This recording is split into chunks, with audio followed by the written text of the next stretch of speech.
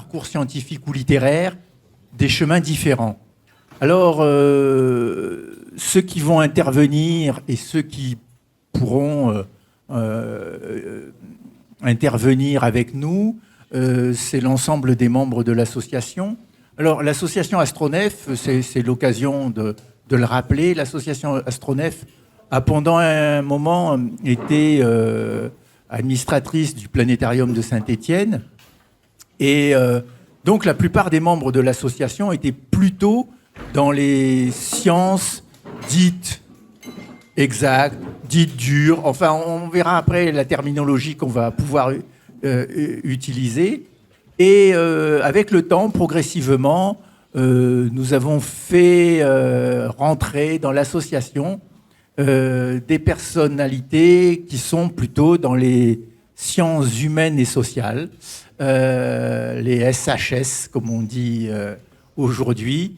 Alors, bon, les physiciens vont dire les sciences molles, voilà, parce que par opposition aux sciences dures, voilà. Et du coup, il y a plus d'un an, en 2022, en mai 2022, nous avions reçu 2 étudiants qui avaient globalement parlé du même sujet. Le titre exact, c'était « Lettres ou sciences, les raisons du choix ». Donc, il y avait un étudiant qui avait fait une école d'ingénieur, c'est des choses qui arrivent, et un étudiant qui avait fait du droit, ce qui arrive aussi.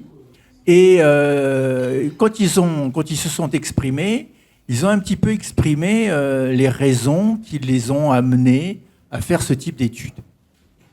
Et quand on se pose la question, bien souvent, on se dit pourquoi est-ce que, suivant les périodes, suivant les siècles même, on a privilégié les sciences dites humaines, les humanités, aux sciences dites dures, et ça a évolué. Alors, je vous invite, vous trouverez le lien sur le site astronef.eu, une thèse de Clémence Perronnet, que j'ai trouvée tout récemment, parce que j'essayais de chercher un petit peu des données sur le sujet, qui a écrit une thèse sur littérature littéraire ou scientifique, les élèves face à la division sociale des savoirs et aux inégalités scolaires. Et dans sa thèse, elle rappelle, alors là je vous donne juste, je cite quelques parties de l'introduction, après la Première République, lors de l'arrivée du roi Louis XVIII, après Bonaparte, on est à peu près entre 1815 et 1820. Il a réformé l'école pour remettre les sciences dites humanités parce qu'elles étaient considérées comme des sciences pour l'élite bourgeoise. Donc, pour flatter l'élite bourgeoise, on a remis en place des humanités. Quelques années plus tard, 1880, l'école de la science et du progrès, suite aux lois de Jules Ferry, consacre la victoire de l'encyclopédie. Et là, de nouveau, il y a un retour des sciences dites exactes en opposition aux humanités. Et si elle fait référence à un ouvrage de Pierre Albertini, L'école de France au XIXe siècle à nos jours, de la maternelle à l'université, eh bien, si vous prenez la période donc 1880, des années 80, donc 1800, eh bien, les humanités sont défavorisées par rapport à l'enseignement des sciences. Enfin, alors, pardonnez-moi, mais chaque fois que je parlerai des sciences, je parlerai des sciences dites dures, par opposition aux humanités, même si les sciences humaines et sociales sont humaines et sociales. Après, bon, on pourra discuter. Alors, de nos jours, on en est où ? Prenons l'exemple d'une démocratie dite autoritaire, la Chine. La Chine est une démocratie, c'est une démocratie puisque les gens votent. Elle est autoritaire parce que si les gens ne votent pas comme Xi Jinping, ça ne se passe pas très bien. Ils ont défini que comme ils étaient un peu l'usine du monde, ils avaient besoin d'ingénieurs. Donc ils ont fortement axé tout l'enseignement, et l'enseignement supérieur en particulier, sur les sciences mathématiques et physiques. De nos jours, si nous prenons le cas de la France, la France, les sciences dites dures sont un petit peu désertées. Il faut être très honnête. J'en parle parce que à l'École nationale d'ingénieurs, on n'arrive pas à décoller des 5% de filles et on a un recrutement qui est aujourd'hui quand même assez difficile. Et alors qu'elles trustent les premières places au baccalauréat scientifique. Donc la question c'est pourquoi ? Et donc on peut se retrouver avec un certain nombre de questions.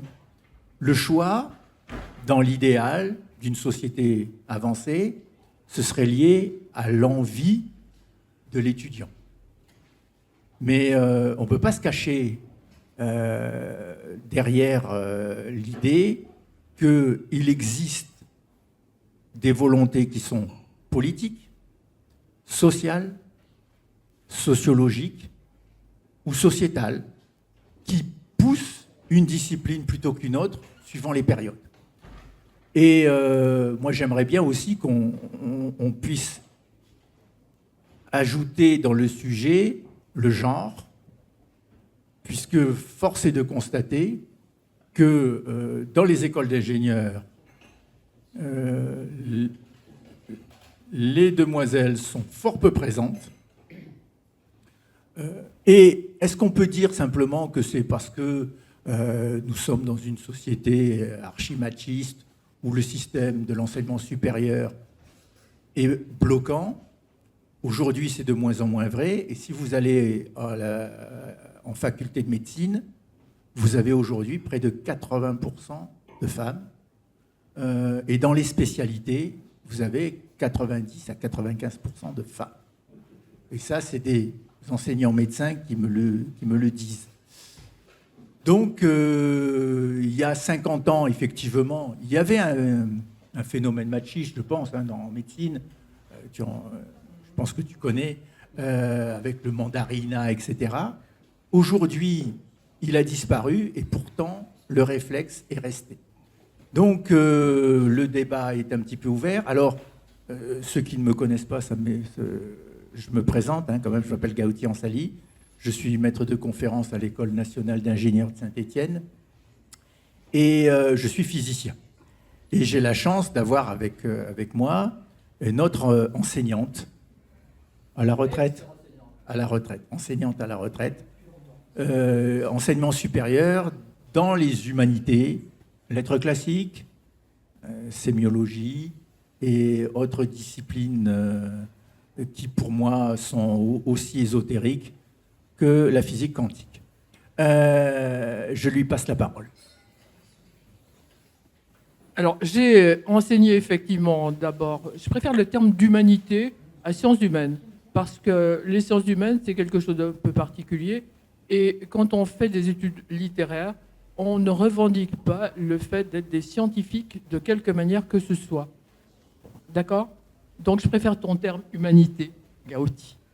Alors, j'ai enseigné dans les classes littéraires, évidemment, les langues anciennes, le français, etc. Mais j'ai eu aussi l'avantage d'être nommé, en plus de mon poste, qui était un poste littéraire de Cagnes, donc de classe préparatoire aux grandes écoles pour l'entrée notamment à l'école normale supérieure, d'être nommé par la défection d'un de mes collègues, ça a été un peu les circonstances, dans les classes préparatoires scientifiques. Et j'ai eu également, alors c'était 2 heures et 2 heures, 4 heures par semaine, un enseignement en classe de P et de P'. Pour ceux qui ne connaissent pas les dénominations comme ça, P, P, c'est scientifique à dominante physique. Et P', c'est toujours dominante physique, mais c'est plus mieux bien, si je veux dire. C'est le niveau supérieur. En principe, la classe de P' est supérieure à la classe de P, ils sont meilleurs, etc. Donc j'ai pu voir un peu comment ça se fonctionnait aussi. Et première remarque que je fais pour reprendre ce que disait Gauti, c'est que dans les classes préparatoires scientifiques, les professeurs sont presque, la plupart du temps, masculins. À part des gens comme moi, qui sont des enseignants de ce que les taupins appellent le laïus, c'est-à-dire des trucs pas du tout intéressants, mais qu'il faut quand même faire parce qu'il y en a au concours, et qu'il vaut mieux quand même y être préparé, mais c'est vraiment le truc inutile, le verbiage, etc. Donc, beaucoup d'hommes, effectivement, dans les classes scientifiques. Alors, tu te posais la question de savoir si c'était le machisme ambiant. Je pense qu'on n'est pas sorti du machisme, excuse-moi. Il y a un poids de la tradition, un poids donc des mentalités qui fait que malgré tout, les femmes ne se sentent pas légitimes ou attirées légitimes pour faire certains métiers ou attirées par certains métiers parce qu'il est encore dans leur tradition, dans les traditions ancestrales que les femmes se consacrent davantage aux enfants, je ne sais quoi, à la cuisine, à la lessive, à tout ce que vous voulez. Et donc que les métiers qui sont des métiers où elles sont confrontées avec des situations un peu plus dures, finalement, ne sont pas pour elles. Sauf effectivement en médecine, où peut-être parce qu'il y a un caractère humain au traitement, donc aux études médicales, qui n'apparaît pas dans les études médicales, hein, mais qui est quelque chose qui est donné par surcroît. C'est peut-être pour ça aussi que les femmes choisissent les disciplines qu'on appelle de soins, hein, infirmières, etc., ou sage-femme, ou je ne sais quoi. Voilà. Bon.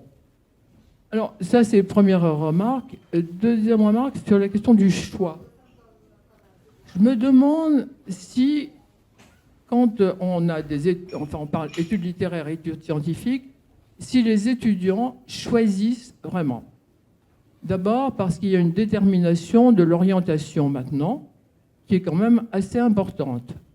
L'orientation se fait depuis la classe de seconde et on vous met dans des filières et après, le choix, il est quand même drôlement limité. Donc, choix, je ne sais pas. Choix non plus, je ne crois pas que ce soit vraiment un terme qui convienne, parce que est-ce qu'un étudiant qui choisit lettres plutôt que sciences a vraiment l'idée de ce qu'il va rencontrer dans sa vie étudiante et dans sa vie professionnelle? Alors, choix néanmoins ou attirance, c'est vrai, pour la carrière future. Il est vrai que quand on choisit une voie, on ne pense pas à l'immédiateté des études et à ce que ça va comporter, mais peut-être au débouché après.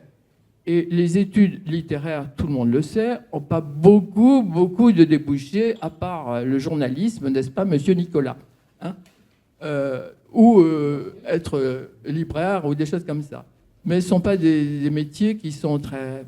Enfin, il n'y a pas beaucoup de postes, il n'y a pas peut-être beaucoup aussi à gagner là-dedans d'argent. Bon, voilà. Donc, on choisit plutôt une carrière que vraiment un type d'études. Et ce qui m'intéresse plutôt, c'est de savoir, alors pas ce qu'on attend de ces études, ni ce qu'on attend de la carrière, mais ce que les études scientifiques ou littéraires nous apportent. Quelle est la différence entre ce que nous apportent les études littéraires et ce que nous apportent les études scientifiques? Voilà. Donc, je lance le débat. Bien sûr, j'ai mon idée, bien sûr que j'ai des trucs à dire, mais ça serait bien que vous participiez. Voilà. La parole circule. Alors, on a un micro déambulateur. Un micro ambulant, pas déambulant, enfin pas déjà, quoi. Non, moi, c'est un sujet qui m'inspire, mais juste une hypothèse. Les sciences qu'on appelle dures, c'est vrai ou c'est faux? 2 plus 2 égale 4 égale pas 5. Oui, je sais que ça marche pas comme ça, mais dans l'esprit notamment des élèves, il y a quelque chose où en sciences, c'est bon ou c'est pas bon. Alors que quand on est du côté des lettres, que ce soit l'histoire, le français, n'importe quoi, c'est-à-dire tout ce qui fait usage des mots et non pas des chiffres, On est sur quelque chose où il y a de la place pour de l'interprétation, et donc pour toutes les nuances de gris, je puis dire. Et du coup, ça laisse plus de place, je pense, en tout cas un peu d'expérience de ce que je rencontre aussi dans mon travail, ça laisse quand même plus de place à tous les gens qui ne sont pas très sûrs de pouvoir avoir une certitude. C'est-à-dire qu'en maths, il faut quand même avoir un peu de certitude sur le résultat de l'opération. Et quand on n'est pas très sûr de ça, on va plus facilement, c'est une hypothèse, du côté des lettres.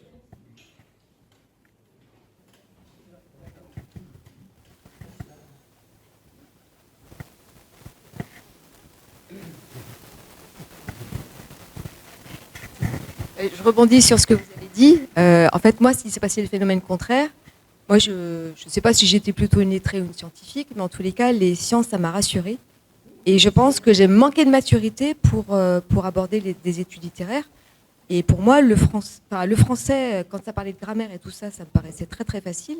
Mais dès qu'il a fallu que j'exprime des idées, un ressenti, j'y arrivais plus du tout, en fait. Et donc, au lycée, c'est une filière qui s'est coupée de moi. Et les sciences se sont imposées.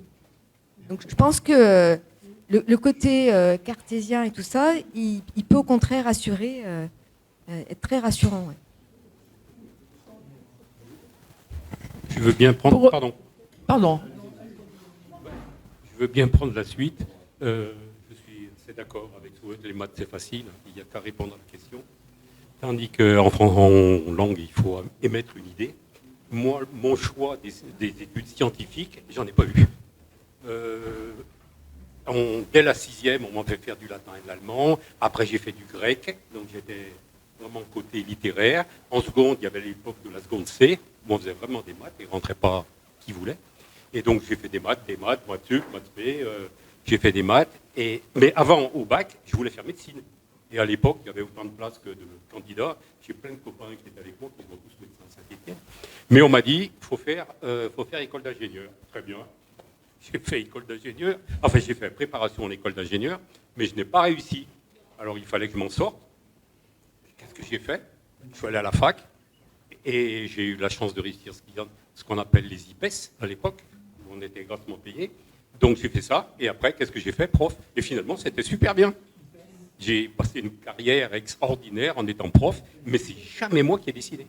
Je n'étais pas assez malin et assez doué pour prendre des décisions. Alors vous imaginez en français. Alors, de l'enseignement secondaire, IPES. J'ai pour 10 ans enseigné et on était payé. Voilà. Ça m'a servi 3 ans pour la retraite. Oui, moi, j'ai été aussi IPESienne, on disait IPESien ou IPESienne, et c'est vrai que c'était aidé. Je reviens sur ce que tu disais, Stella, ce que vous disiez, à propos justement de l'exactitude des mathématiques, c'est comme ceci, comme cela. Je me suis demandé si, je ne sais pas ce que je vais dire, c'est peut-être idiot, hein, mais si quand on choisit de faire des études scientifiques, avec la rigueur justement de c'est vrai ou c'est faux, hein, on ne se met pas plus en danger pour l'estime de soi que quand on est dans les études littéraires, à savoir, bon, il y a toujours quelque chose pour arranger, pour redonner un petit peu de valeur, n'est-ce pas? Voilà. Donc, c'est peut-être aussi quelque chose qui freine les gens dans leur choix des mathématiques ou des sciences pures, parce que le jugement de valeur est sans appel, alors que le jugement de valeur avec les études littéraires est toujours susceptible de nuances, va-t-on dire. Voilà. Bon. Je finis ce que je voulais dire simplement sur la partition entre les études littéraires et les études scientifiques, c'est que ça remonte quand même surtout à l'époque où les études scientifiques, où la science est devenue suffisamment énorme et diversifiée pour que l'on ne puisse plus faire les deux à la fois. Mais il y a eu une époque, et vous vous rappelez certainement comme moi, où on pouvait faire et des lettres et des sciences. Alors, pas l'époque où il y avait Mathelem, Sciencex et Philo, mais une époque que moi j'ai connue, où les gens qui prenaient la filière A, donc la filière classique, grec, latin, pouvaient faire A', je ne sais pas si vous avez connu ça, A', c'est-à-dire à la fois des sciences Enfin, c'était pas des sciences, non, des mathématiques. Moi, j'ai fait des mathématiques en plus. On avait des cours de mathématiques qui n'étaient pas aussi difficiles, il ne faut pas se faire d'illusions, que ce qu'on pouvait faire dans les classes scientifiques, Math-LM ou Sciences-Tech. Mais on avait des cours de mathématiques en plus. Et donc, la filière A' était une filière qui était un peu à cheval sur les deux et qui montrait qu'on peut être littéraire et scientifique à la fois.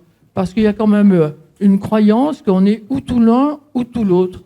Ce qui est complètement faux, parce que quand on fait des études de lettres, on a besoin d'une logique implacable quand vous faites une dissertation ou quand vous faites de la traduction, etc. Et quand vous êtes scientifique, et je pense que Gauti peut le dire, ça n'empêche pas d'avoir des questions métaphysiques ou autres sur le sens de l'existence quand on regarde le monde lointain comme ça.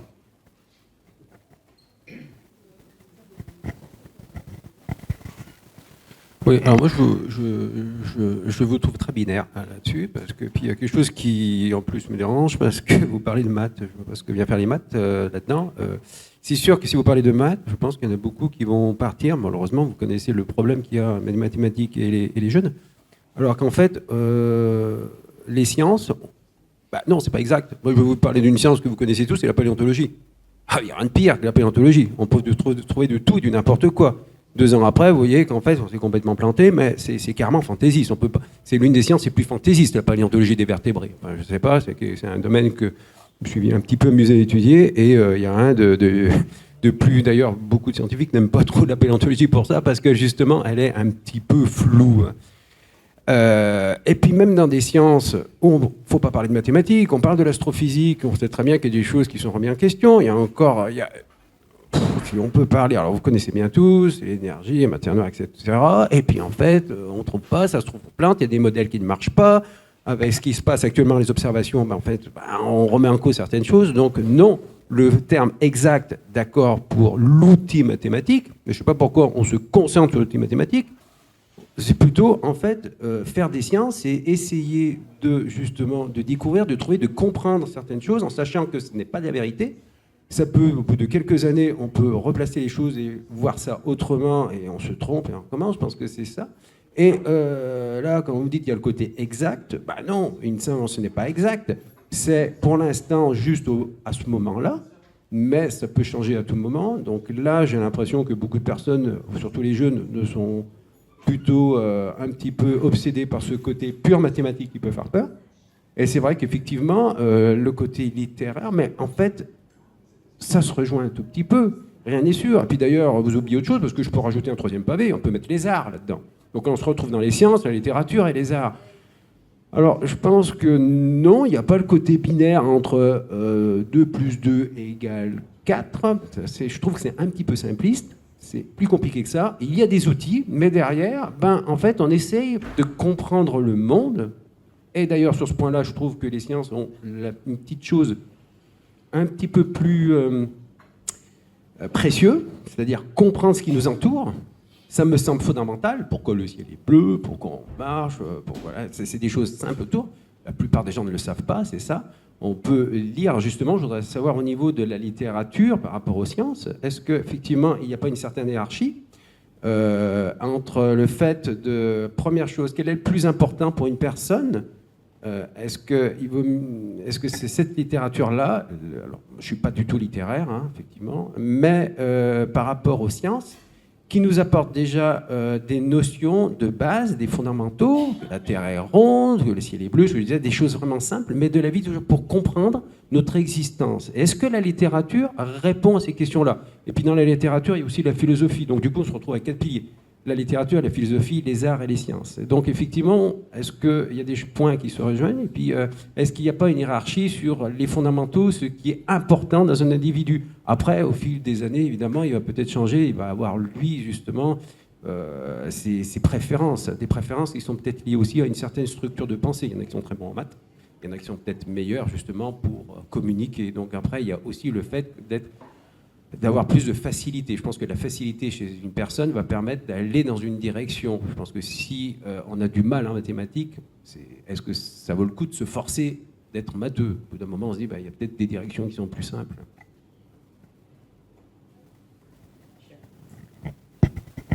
Bonsoir. Oui, moi je voulais dire qu'en fait, on associe trop souvent, par exemple, la rigueur aux mathématiques ou aux sciences, alors qu'en fait, moi il me semble que justement, quelles que soient les études, il faut être rigoureux.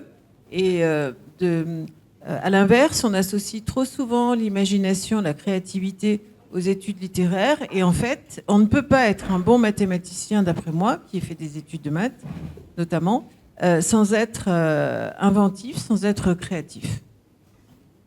C'est sûr que, par exemple, l'intuition compte énormément en mathématiques et en sciences. Je pense que les gens qui ont trouvé des choses extraordinaires sont des gens intuitifs d'abord. Alors pour revenir à ce que disait David, il y a effectivement, non pas une hiérarchie, mais une différence, à mon sens, je ne sais pas si j'ai raison, mais à mon sens, dans la connaissance, dans l'objet de la connaissance, si tu veux, prioritairement. Les sciences ont en priorité la connaissance du monde, au sens le plus large qui soit, alors que les lettres ont en priorité la connaissance de l'humain. Mais ce qui n'empêche pas que tu ne peux pas penser l'humain sans penser le monde. Hein? L'humain, il est dans le monde, donc les deux forcément se rejoignent. D'accord ? Et ça n'empêche pas que ce que l'on découvre dans les connaissances de la physique ou des mathématiques est un retentissement sur la façon dont on considère l'humain. Ça, c'est fort. Bonsoir. Alors déjà, pour répondre à madame, pour les métiers féminins, je pense que nous, les femmes, nous allons vers des métiers où il y a du liant, parce que c'est atavique chez nous. Et qu'il y a certains métiers, effectivement, où le liant n'est pas bien vu. Mettre de l'huile dans les rouages pour que ça soit plus doux, entre guillemets, plus confortable. Voilà. Et je pense qu'il y a des professions où c'est pas très bien vu. Donc, effectivement, comme vous avez dit, on prend tout ce qui est social, tout ce qui est juridique, tout ce qui est enseignement, enfin, ces choses-là, quoi. Où il y a de l'humain, parce que quelque part, on gomme la rugosité du côté trop rigide et un peu binaire, comme disait monsieur. Voilà. Au niveau des questions de choix, moi aussi, j'ai eu le problème de m'orienter. Donc, je pense que déjà, il y a ce que véhicule le milieu dans lequel on évolue. Donc, déjà, il faut pouvoir éventuellement s'en affranchir, c'est compliqué. Ensuite, effectivement, quand on fait son choix d'orientation, on a les grandes lignes qu'on suppose, qui seront avérées ou pas d'ailleurs. Et après, quand on les met dans le cambouis, on dit « Ah, j'avais pas prévu ça ». En même temps, effectivement, il y a le choix soit du prestige du cursus, soit éventuellement, pas un cursus très prestigieux, mais qui vous donne ce que j'appelle, alors je vais me faire taper sur les doigts, mais par les financiers, le retour sur investissement. Ça veut dire qu'on sait qu'on va en baver 5 ans, mais derrière, on fait le jackpot. Voilà. Et moi, je me souviens, donc, je suis sortie du système scolaire en 1976. Moi, je me souviens de mon temps, il y avait effectivement, il y avait ceux qui avaient fait grec, latin. Et puis nous, on était... Alors moi, je suis arrivée en 68, à l'enseignement secondaire. Et j'ai eu la chance de pouvoir faire des langues, ce qu'on appelait les langues modernes. Ça veut dire que j'étais dispensée du grec et du latin, ce qui m'arrangeait bien parce que c'était un frein pour passer en classe supérieure. Expliquez-moi pour une secrétaire, savoir dire je pense donc je suis en latin, je ne voyais pas trop l'intérêt, mais enfin bon. Et je me souviens aussi de la dureté de l'orientation, j'allais dire qui venait d'en haut, descendante plutôt, où si vous étiez bon effectivement en maths, alors si vous étiez bon en maths, il y avait 2 castes. Il y avait les hyper bons en mathématiques, ceux que ils vous font une forêt noire avec 3 pommes de terre et 2 carottes. Alors ceux-là, ils étaient en C, ils étaient tous ingénieurs à vocation. Ceux qui se débrouillaient très bien en maths, qui voyaient bien les choses abstraites, c'était pas pour autant qu'ils grimpaient au rideau, on les mettait dans les D. Parce qu'ils allaient faire les carrières médicales ou sociales, comme disait madame. Et puis il y avait les autres. Voilà, qu'on mettait enfin, moi, à l'époque c'était le CET, le collège d'enseignement technique, où on les traînait jusqu'au bac en espérant qu'ils fassent A, parce que du coup ils pouvaient faire après B, ou B ou la fac de droit. Voilà. B, c'était l'économie.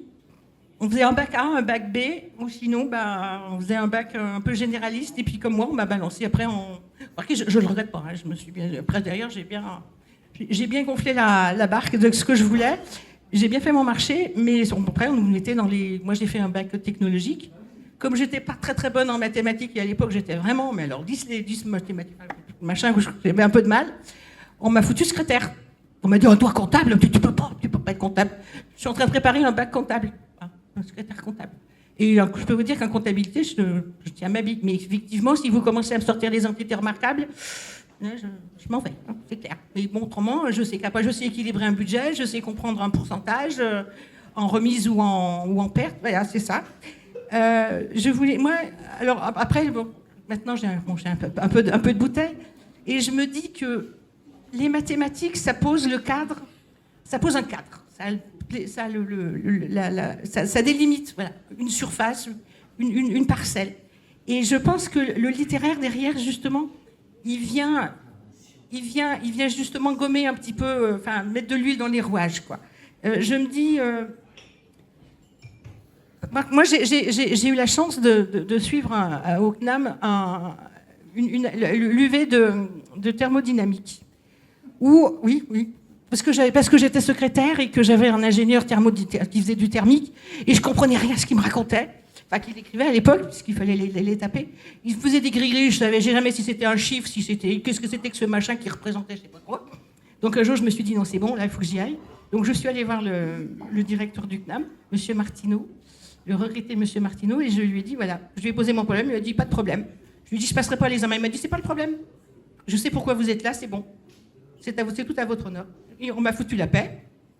Mais je peux vous dire qu'en fin d'année, le taux de relecture de leur gris-gris en brouillon avec leur pète de docteur, j'avais un taux de 80%, quoi, en moyenne. Donc je me suis dit que je n'ai pas perdu mon année. Hein. Et en plus, c'est moi qui l'ai payé. Hein. Et voilà. Et il y a aussi une chose, c'est que moi, je suis plus littéraire que mathématique. Mais j'aime bien les choses posées. Et après, je me dis, c'est peut-être un peu raide de décoffrage, donc qu'est-ce que je peux mettre comme lion? Ça, c'est une chose. Et moi, je me souviens qu'à mon époque, il y a quelques années, certes, mais je me souviens, moi, que les professeurs de mathématiques et de physique-chimie disaient aux garçons, parce qu'effectivement, il y avait une forte population de garçons qui se destinaient aux mathématiques, et qui leur disaient... n'oubliez pas de prendre quand même un peu de littéraire, parce que vous allez être des technico-commerciaux. Voilà. Et donc, vous n'allez pas arriver chez le client ou chez le décideur en lui disant bon, écoute, voilà ça. Donc, il faut ça fait 5, ça fait 12, ça fait... C'est comme ça, tu signes et tu ne poses pas de questions. Non. On leur demandait justement de savoir argumenter sur les résultats qu'ils trouvaient. Voilà. Et... moi, monsieur disait tout à l'heure, oui, les sciences, c'est un peu l'éternel recommencement, parce qu'on se rend compte quelques années plus tard qu'on s'est planté. Je me souviens effectivement que mon prof de physique-chimie nous avait dit que le courant, on pense qu'il tourne de, je sais plus, de gauche à droite, et en fait, il tourne dans l'autre sens. Donc je me suis dit, ah ouais. Et pour finir, la littérature, je pense qu'elle est un peu comme les mathématiques quand même, parce que quand vous apprenez, vous apprenez d'abord à lire, c'est sûr. Donc déjà, be et be, ça fait be et o, ça fait be, ça fait pas bi. Donc déjà, vous avez un cadre, et ça, vous pouvez pas... C'est clair, c'est net, c'est binaire. Voilà. Et puis, en même temps, vous avez la conjugaison qui vient. Vous avez le vocabulaire, et vous avez la poésie. Et puis, après, on vous apprend quand même qu'avec tout ça, vous pouvez quand même structurer votre pensée. Donc, je suis désolée, mais quand on structure une pensée, on fait des couloirs. Enfin, je imagine ça comme ça. Et du coup... Ça fluidifie votre pensée, et vous faites vos agrégats d'une certaine façon. Et en même temps, ça vous permet de faire des plans. Et c'est bien repris en droit, par exemple, où il y a quand on fait des commentaires d'arrêt, on fait des syllogismes. Et c'est bien, il y a bien un... Voilà, c'est tout ce que je voulais vous dire. Merci. Personnellement, nous sommes à Saint-Étienne, nous parlons d'enseignement, et j'y vais avec plaisir d'entendre évoquer le nom de M. Martineau, pour qui moi j'ai beaucoup de respect. Et, fondateur de l'IUT, fondateur de l'ENISE, c'est quand même quelqu'un qui a marqué la ville. Alors, c'est pas une réponse, mais c'est plutôt une interrogation au public. Qu'est-ce que, quand vous avez envie d'avoir quelque chose d'agréable, vers quoi vous allez? Certains vont aller vers la lecture. Certains vont aller vers l'art. Moi, j'ai toujours, quand je disais faire résoudre un problème de maths m'apportait une certaine satisfaction. J'avais des interlocuteurs qui me regardaient comme avec des billes en me disant « Ouh, lui, il n'est pas très normal ». Maintenant, moi, je vous interroge, qu'est-ce qui vous provoque du bien-être comme activité que vous n'êtes pas obligé de faire parce que c'est votre métier, c'est votre... Bon, en dehors de regarder des séries, voilà. Mais je parle de moi là. Qu'est-ce qui vous produit une sensation de bien-être? Alors moi, je sais pour ceux qui me sont proches, il y a la lecture, il y a ce genre, il y a le whisky. Mais bon, c'est une forme de satisfaction aussi, hein, il y a indéniablement. Mais quelque part, moi, je me rappelle et j'ai une pensée émue pour notre ancien président qui disait, le président de l'association Astronef, le seul et l'unique, qui disait j'ai perdu un peu, mais me replonger dans un problème de maths, ça me procurait un plaisir, un certain plaisir. Et est-ce que vous pouvez, vous qui êtes dans l'Assemblée, me dire qu'est-ce qui vous procure un certain plaisir qui n'est pas une activité professionnelle quelque part? Mais je pense qu'en fait, on peut éprouver des plaisirs dans plein de choses différentes, à la fois en résolvant un problème de maths, à la fois en lisant un bon bouquin, à la fois en regardant une série, parfois débile d'ailleurs. Et en fait, on peut très bien éprouver des plaisirs complètement différents selon son humeur, simplement en se rencontrant entre amis. Enfin, et je ne pense pas qu'on puisse dire, en tout cas pour être vraiment équilibré, me semble-t-il, je pense qu'il faut au contraire essayer de ratisser large. Et puis, c'est vrai que cet aspect, moi je suis plutôt matheuse ou plutôt littéraire, me gêne parce qu'en fait, je pense qu'on peut être à la fois littéraire et scientifique. Hein.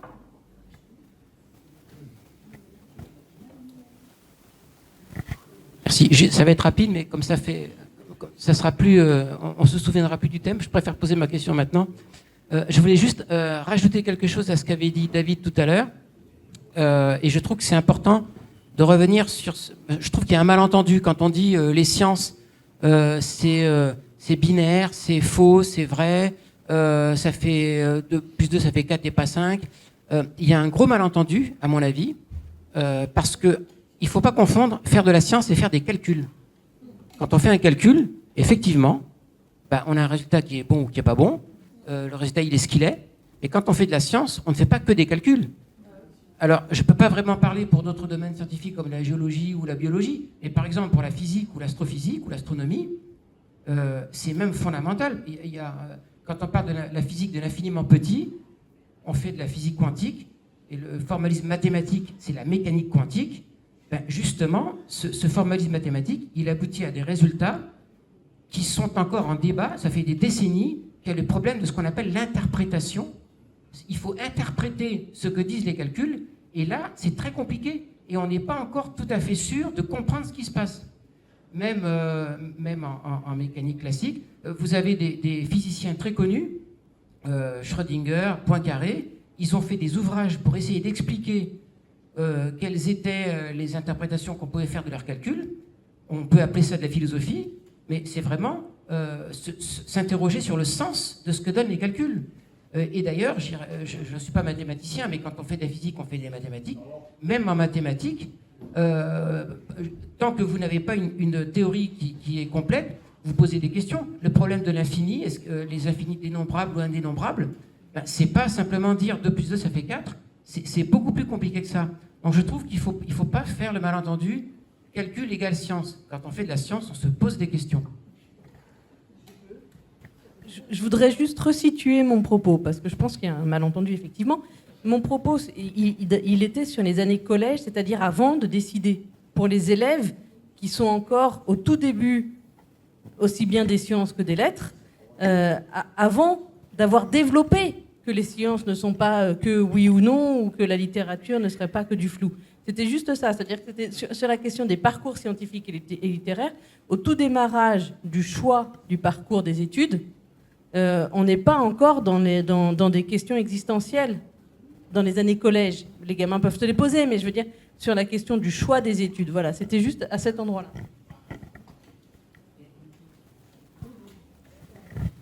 Moi, je rêverais qu'on ait 2 jambes. C'est-à-dire que ce soit dans la science ou dans la littérature, en fait, les scientifiques qui nous font rêver, les scientifiques du passé, étaient mathématiciens, étaient scientifiques et philosophes pour beaucoup. Donc, ils avaient, selon moi, deux jambes. Enfin, ils n'avaient pas 2 jambes, ils avaient surtout une tête.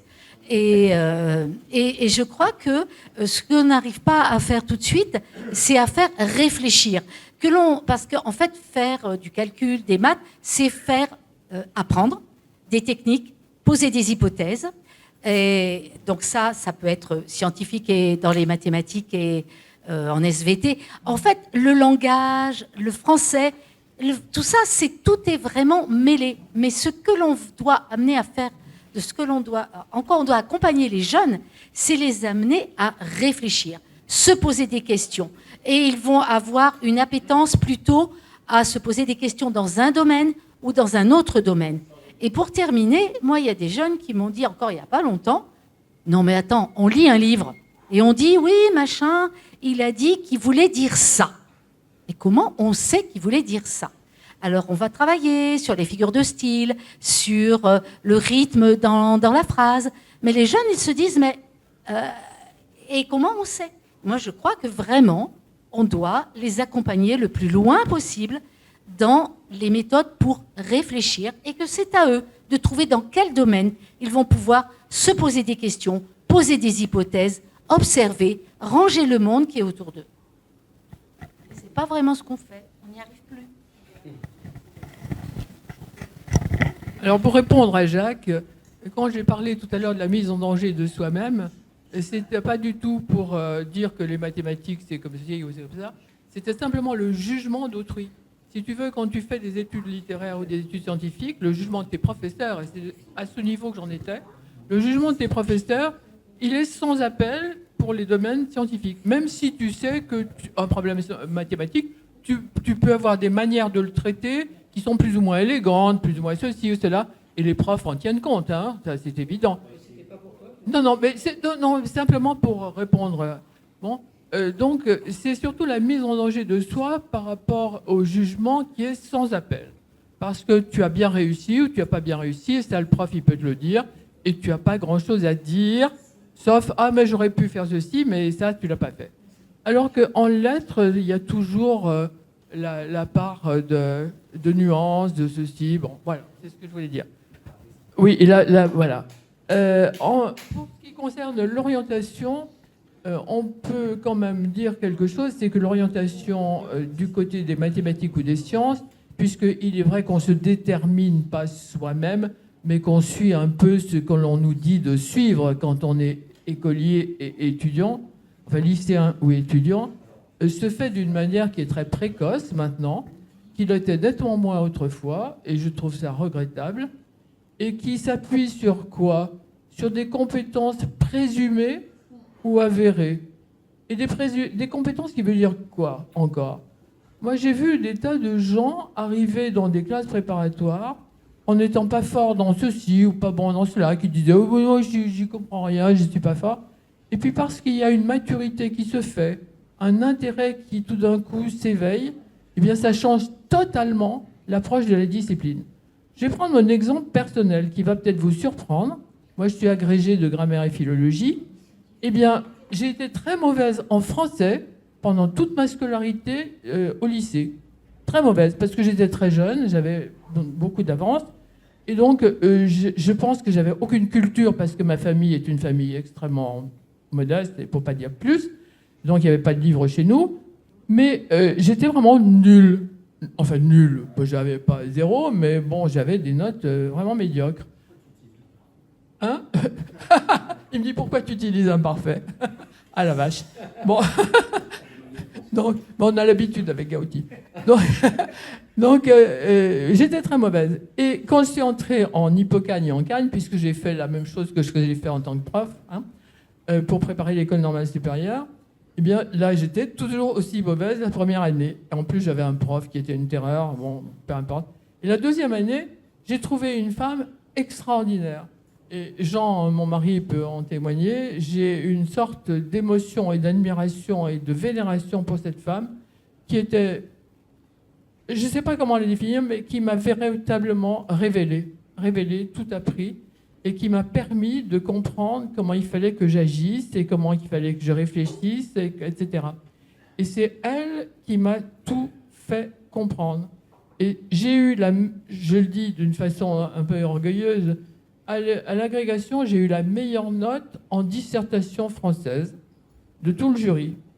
Et ben là, c'était ma revanche. Alors, c'était pas ma revanche sur moi-même, mais c'était tout simplement une espèce de reconnaissance à ce prof extraordinaire.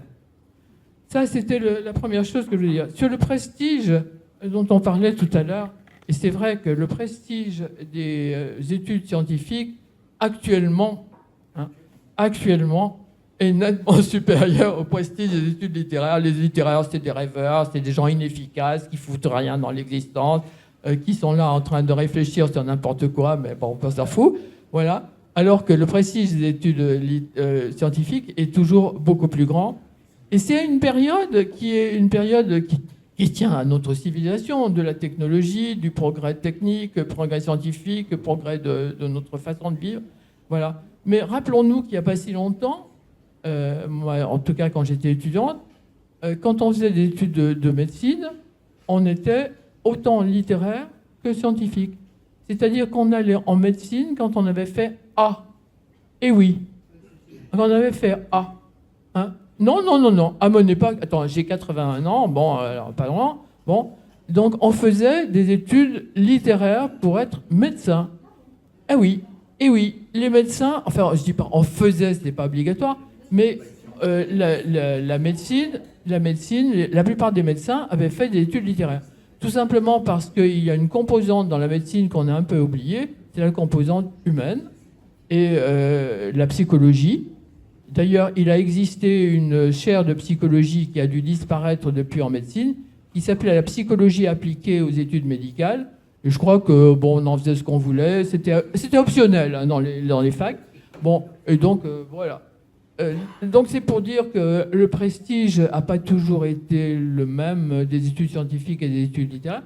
Rappelons-nous, alors là je vais faire ma savante, mon érudite, à l'époque des Grecs justement, qui sont quand même quelque chose que je connais bien, les grands scientifiques n'étaient pas que des gens qui calculaient ou qui faisaient de l'astronomie ou de l'astrophysique. Hein. Bon, c'était des gens qui aussi partaient d'une espèce de grande... une grande orientation, enfin, vision du monde dans son ensemble, dans sa totalité, dans sa complétude. Bon, donc là, il y a quelque chose qui est peut-être un manque de notre civilisation, bien que je reconnaisse que, vu l'état des sciences actuellement, il est quand même bien difficile de faire les deux. Néanmoins, quand j'étais prof, alors pas mon poste premier, mais le poste de surcroît, comme je le disais tout à l'heure dans Grande Taupe, on avait 2 heures par semaine de laïus, donc le fameux laïus, où on avait un programme littéraire et ils avaient une épreuve littéraire à tous les concours. Tous les concours maintenant ont une épreuve littéraire. Et j'essayais de motiver les étudiants hormis le fait que je leur disais, si vous n'avez pas une bonne note, ben vous allez être recalé, parce que dans les concours scientifiques, ça se joue à très très peu. Je leur disais, mais voilà, quand vous allez être en poste quelque part, vous allez avoir un poste certainement en responsabilité. Si vous êtes quelqu'un qui n'a pas le sens de l'expression, de la façon de dire les choses, si vous n'avez pas le sens et aussi vous n'êtes pas attaché, je ne vais pas dire le sens, mais attaché aussi à la relation humaine et pas simplement à l'efficacité, ben vous vous casserez la figure. Et il faut arriver à apprendre tout ça et à se dire que c'est aussi important dans le métier que bien d'autres choses. Bon, une intervention ici.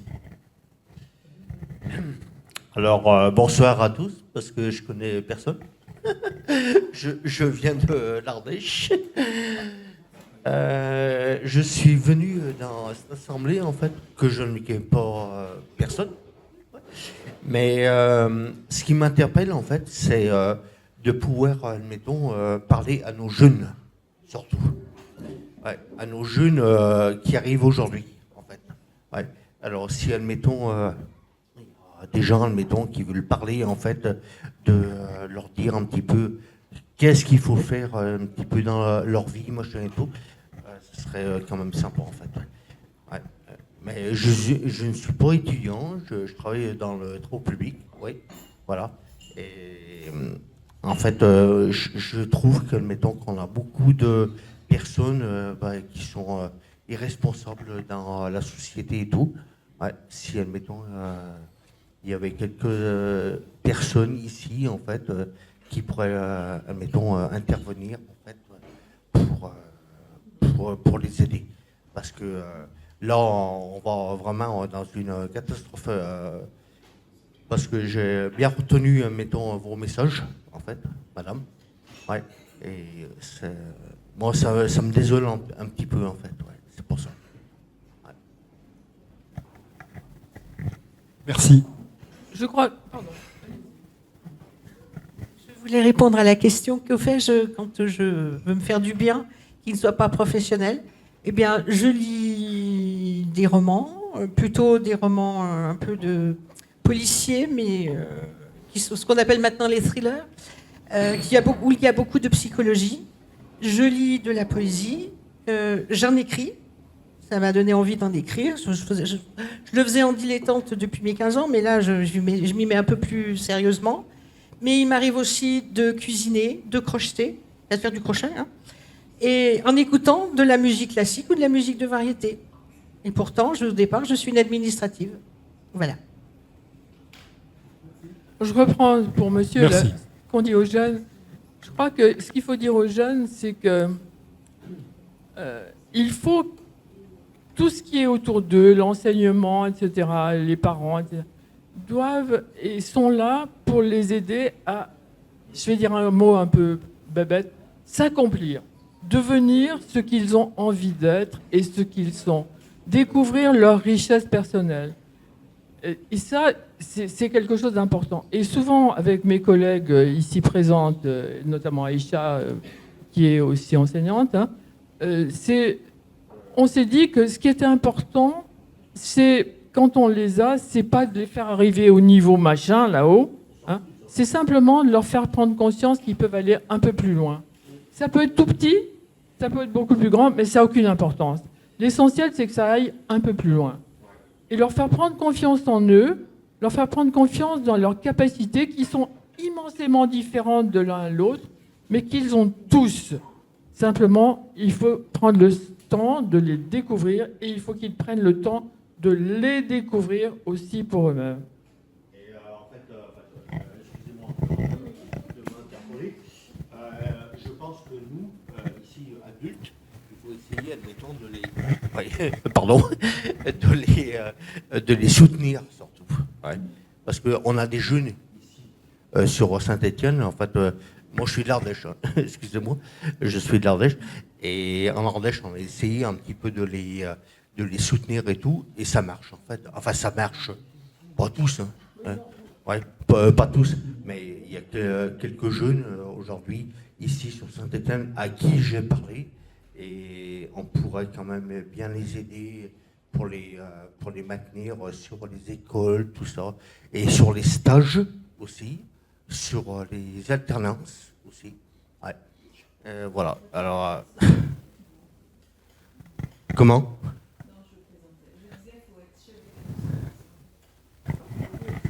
Oui, ce que je veux dire par là, c'est qu'en fait, très souvent, on commence une vie professionnelle et puis finalement on bifurque et puis tout son parcours nous aide justement à mieux prendre en main son nouveau job.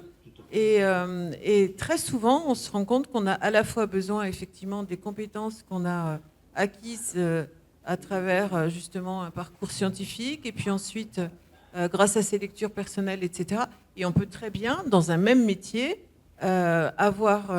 Enfin, moi, je sais qu'en tant que chef d'établissement, parce qu'après avoir été prof, je suis chef d'établissement, on peut à la fois avoir besoin de ce qu'on a fait durant son parcours scientifique et puis avoir besoin en gérant l'humain, hein, parce que quand on est prof ou quand on est chef d'établissement, on gère de l'humain, et bien effectivement, toutes ces compétences qu'on acquiert au fil de la vie, et bien en fait, on les utilise dans plein de métiers différents.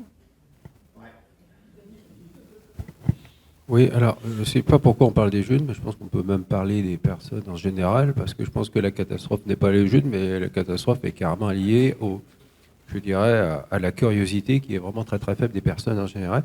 Juste que je vais essayer d'être très rapide, mais oui, moi j'ai pris un pied dimanche après-midi. Oui, soudainement, j'ai eu pendant 3 quarts d'heure, mais c'était l'extase.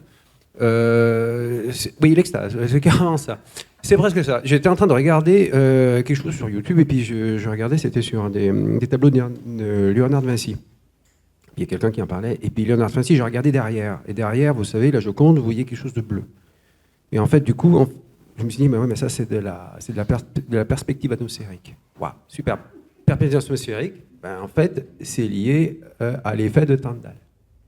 Et donc, du coup, je retrouvais un tout petit peu ce personnage de Tyndall. Donc, j'ai fini dans la diffraction, diffraction de Rayleigh, effet de Tyndall, et puis des expériences. Ensuite, je me suis amusé. Ça faisait longtemps que je n'avais plus revu ça, et j'ai pris un plaisir. Je suis passé de l'art à la science, et je me suis dit, ça fait du bien. Et puis, du coup, j'ai encore vu quelque chose d'autre dans d'autres domaines, dans le domaine de la photographie, et puis je me suis dit, mais pourquoi personne n'explique ça ?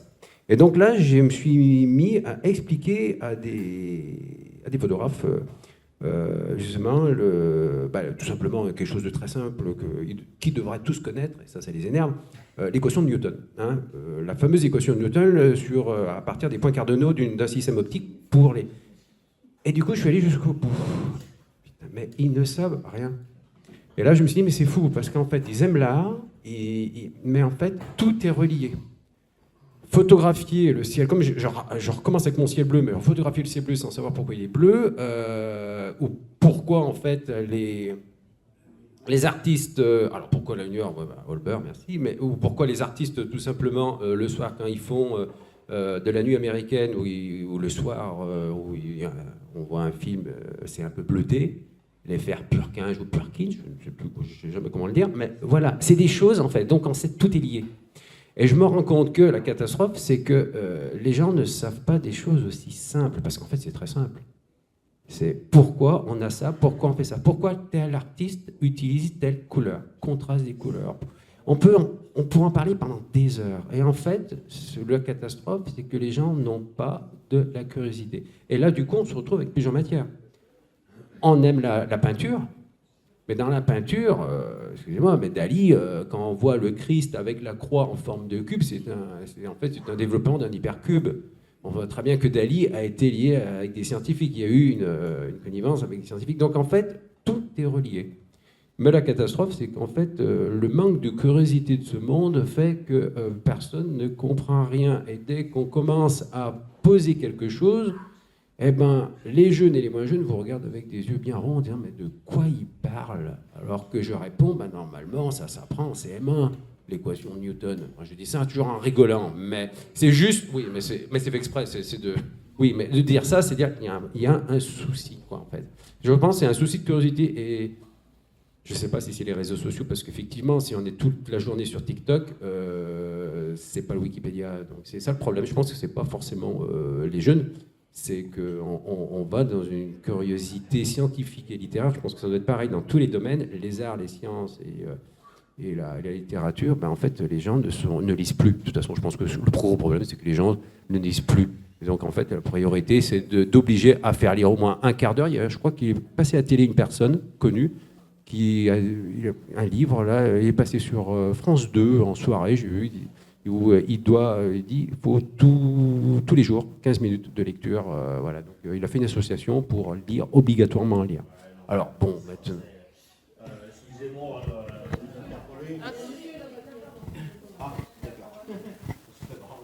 oui, je vais essayer d'être court, mais j'ai des remarques à faire à tout le monde, ou presque.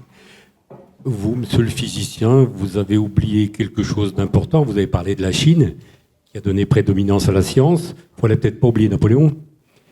Napoléon, qui a créé les classes prépa, qui a créé tout un tas de trucs.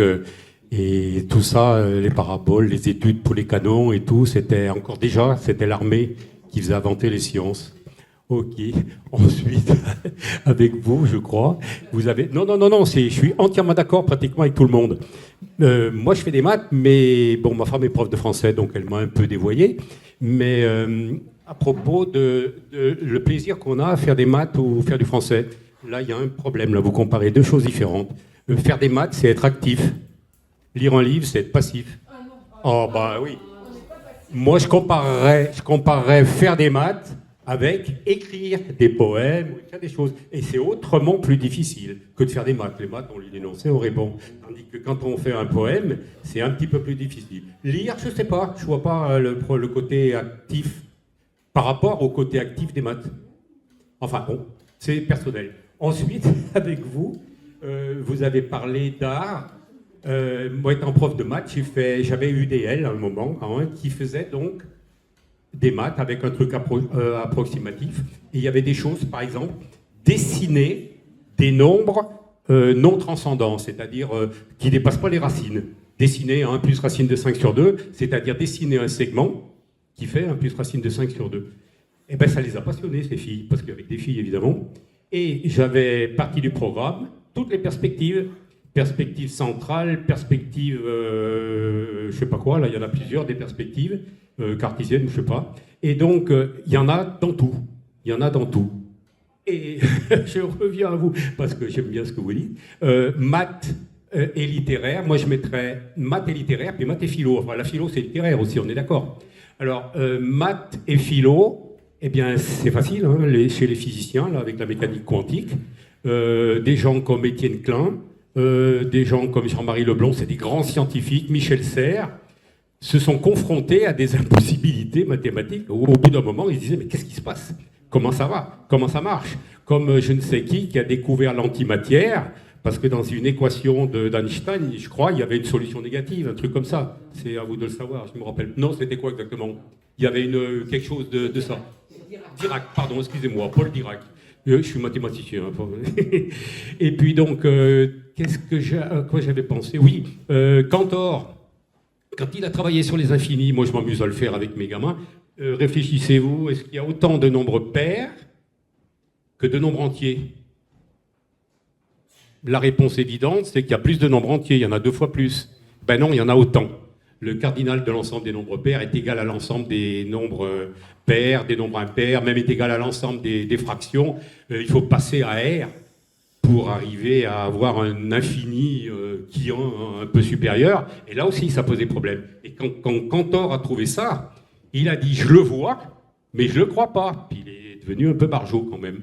Il a eu des problèmes. C'est pas vrai? Si, bon, ça va, au moins. Ensuite, concernant les arts, ma camarade ici, qu'est-ce qu'on a fait ensemble? Normalement, maths et musique. Maths et musique, à l'époque des TPA, non? C'était quoi? MPS. Il fallait mélanger 2 matières. Je ne sais pas comment on s'est retrouvé là-dedans. Moi, la musique, c'est de la musique, c'est joli. Elle est musicienne, pas moi. Je ne suis même pas capable de jouer du pipeau.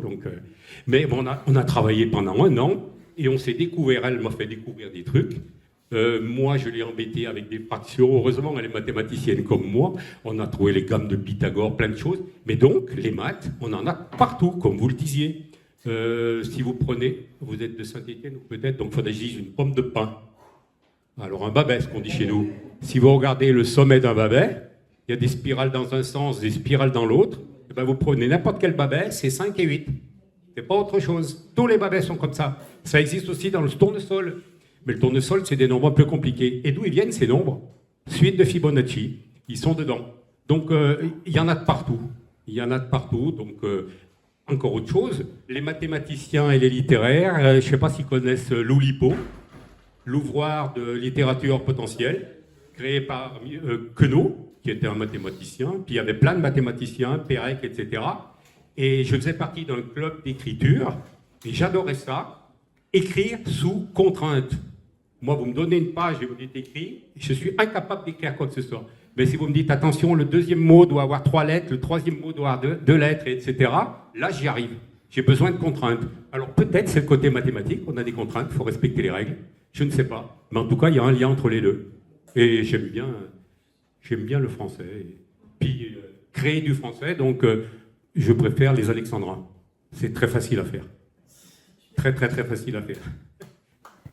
Alors, juste pour la tronche, en guillemets, des scientifiques, ça me fait penser à une scientifique, alors peut-être pour en parler un petit peu plus, quelques trous, c'est Eddie Lamar, qui est considérée comme l'une des plus belles femmes au monde, et elle avait un gros problème, c'est que justement, cette actrice qui, entre guillemets, a inventé le Wi-Fi, enfin c'est entre guillemets, c'est un peu plus compliqué que ça, en fait, avait des gros problèmes. C'est qu'en fait, elle était tellement belle qu'elle n'était pas prise au sérieux et qu'elle était obligée d'être avec quelqu'un. C'est ce qui, alors, je ne sais pas si c'est une légende, mais qu'elle avait des difficultés à se mettre en avant parce qu'en fait, tous les hommes, plus ou moins scientifiques, devant elle, ne regardaient plus que son physique, mais ne l'écoutaient plus. Donc, ouais, mais c'est une personne assez particulière qui était considérée comme trop belle pour être scientifique à l'époque. Il n'y a pas que la beauté, hein. Il suffit de parler de Sophie Germain, par exemple, qui était une femme sous Napoléon, je ne sais pas, un truc comme ça, dans ces eaux-là, à l'époque. Et elle n'avait pas le droit d'aller à l'école. Et elle bossait sous ses draps, chez elle, à la lumière de la chandelle. Elle faisait ça. Et elle avait correspondu, elle avait récupéré les cours d'un mec de Polytechnique, peut-être, je ne sais pas, qui s'appelait Leblanc. Et elle a correspondu avec Gauss en se faisant passer pour Monsieur Leblanc. Donc elle lui envoyait des courriers mathématiques et tout. Et Gauss était super content, ouais, c'est bien, ce mec qui travaille bien, etc. Et puis il y a eu la guerre, Napoléon avait envahi l'Autriche et elle a été voir pour éviter qu'on tue Gauss.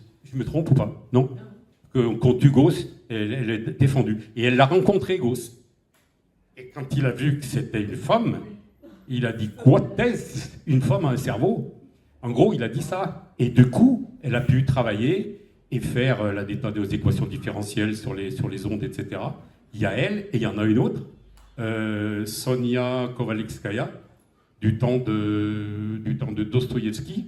Elle aussi, elle n'avait pas droit d'aller à faire des études. Et puis elle a trafiqué, finalement elle a trouvé des trucs. Elle a épousé un mec, Kovalevski, pour devenir Kovalevskaya, et pouvoir avoir le droit de faire quelque chose. Mais tout de suite, elle lui a dit, fous le camp, moi je vais travailler. Elle a été travailler. On l'a refusée dans toutes les universités. Je crois que c'est une des premières agrégées ou docteurs de maths. Et finalement, elle a enseigné, elle a eu un enfant, elle a eu des problèmes de partout. Elle a eu des problèmes à la Commune de Paris. Elle est venue à la Commune de Paris, il y a eu des tas d'embêtements. Elle a enseigné, je crois qu'elle a dû enseigner un mois, et elle est morte d'un cancer. Mais elle aussi, c'est une femme qui a dû vraiment se battre pour arriver à s'en sortir. D'ailleurs, des études, il y en a beaucoup d'études sur les femmes en mathématiques. Hypatie, du temps des Grecs, qui a été découpée avec des coquilles d'huîtres, parce qu'elle faisait des maths, elle n'avait pas le droit, des tas de choses comme ça. Donc j'étais passionné par ça à un moment, et c'est assez intéressant. Il y a plein terribles. Sur Eddie Lamar, juste. Pardon ? Sur Eddie Lamar, juste un complément, si c'est possible. Juste rapidement sur ce que disait David, l'actrice Eddie Lamar. En fait, c'était une très grande vedette dans les années 40-50. Mais quand même, il faut bien dire que son talent a été reconnu. Pendant la Deuxième Guerre mondiale, elle a beaucoup travaillé pour l'armée américaine. Elle a été très utile ensuite pour des progrès qui ont été faits. Elle a déposé des tas de brevets en son nom avec d'autres personnes. Donc son talent a été reconnu. Et c'est plutôt dans sa carrière d'actrice qu'après, elle a eu des gros soucis. On continue les choses. Alors moi, deux ou trois trucs que je voulais dire. Bon, c'est un peu décousu parce que j'ai repris des choses au fur et à mesure de l'année ici. Sur les femmes, ce que vous venez de dire, pour reprendre la dernière chose, j'ai vaguement fait de la médecine à une époque, bon, et moi je voulais être chirurgien. Et à l'époque où j'étais étudiante, on disait, toi tu feras de la chirurgie esthétique, alors que ça ne m'intéressait pas du tout. Bon, voilà, mais c'était ce déterminisme machiste, on va dire, toi tu veux bien faire de la chirurgie, déjà je t'autorise à faire de la chirurgie, mais bon, voilà. Par ailleurs, je voudrais vous faire part de l'expérience de ce qu'on peut avoir, obtenir, découvrir quand on est littéraire par rapport à d'autres choses, je ne sais pas, mais enfin en tout cas ce que moi en tant que littéraire j'ai découvert. C'est que ce qu'on disait de la littérature, des œuvres, etc., ce sont des rencontres. Je crois que les études littéraires permettent des rencontres avec des auteurs, avec des autres hommes, avec plein de choses. Mais ça, c'est quelque chose qui est une richesse absolument extraordinaire. Donc la rencontre avec les autres. Et quand on lit, pour reprendre la lecture, quand on lit des ouvrages littéraires, il y a quelque chose qui m'est apparu en réfléchissant un peu au thème de ce soir, c'est qu'en fait, tous ces gens qu'on lit, on les lit pour le plaisir, pour la découverte, etc. Mais ne sont-ils pas pour nous, en fait, ce que Socrate appelait des accoucheurs ou des accoucheuses, accoucheurs d'idées que l'on avait au fond de soi et que l'on n'avait pas découvertes, et qui tout d'un coup se révèlent par la rencontre avec une œuvre, avec la pensée d'autrui. Et pour continuer dans le même domaine, est-ce que, en plus, la littérature n'est pas seulement un accoucheur de ce que nous sommes et de ce que nous avons au fond de nous-mêmes, mais est-ce que les auteurs littéraires ne sont pas aussi des interprètes de ce que nous pensons, de ce que nous éprouvons, mais que nous n'avons pas toujours la capacité de reconnaître nettement et de dire et de penser nettement. Quand vous lisez certains ouvrages ou certaines formules simplement, comme ça, qui tout d'un coup se révèlent être « Ah, c'est exactement ce que je pense, mais j'aurais jamais pu le dire de cette façon ». Et je trouve que ça, c'est extraordinaire. Les auteurs sont des interprètes de nous-mêmes en mieux, si je peux dire. Voilà. Alors, pour ajouter un certain nombre de choses, moi j'ai toujours été fasciné dans un cours de français. Mon enseignant a cité Sartre. Cette histoire est vraie parce que je l'ai imaginée. Et quelque part, c'est quoi le vrai? Alors, moi j'ai toujours dit que le scientifique ne parle jamais de vérité, mais parle du réel. Il fait une représentation du réel. Mais que fait d'autre celui qui écrit? Il crée un monde dans nos esprits. Et le scientifique crée un monde dans un autre esprit, avec souvent les mêmes méthodes et les mêmes techniques.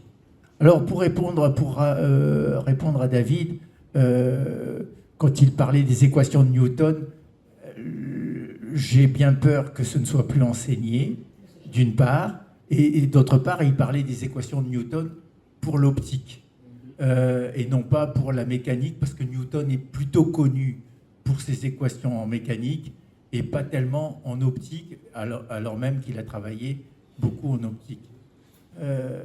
Alors moi, j'ai une détestation suprême pour l'assignation. Je déteste être assigné Et je pense que dans une grande partie, est-ce qu'il est possible de choisir une vocation sans répondre à une assignation? Nous sommes tous soumis à des assignations sociales, à des assignations parentales, à des assignations politiques. Et à un moment donné, est-ce que nous arrivons à faire réellement un choix? Et ça, c'est une question que je me suis toujours posée, c'est que, quelque part, est-ce qu'on choisit les choses par défaut, soit par réponse contradictoire à une assignation, soit parce qu'on se dit, bon, ben, c'est là où je suis le moins mauvais. Il n'y a rien de pire. Vous imaginez créer une formation par rapport à l'argumentaire, c'est là où je suis le moins mauvais. C'est terrifiant.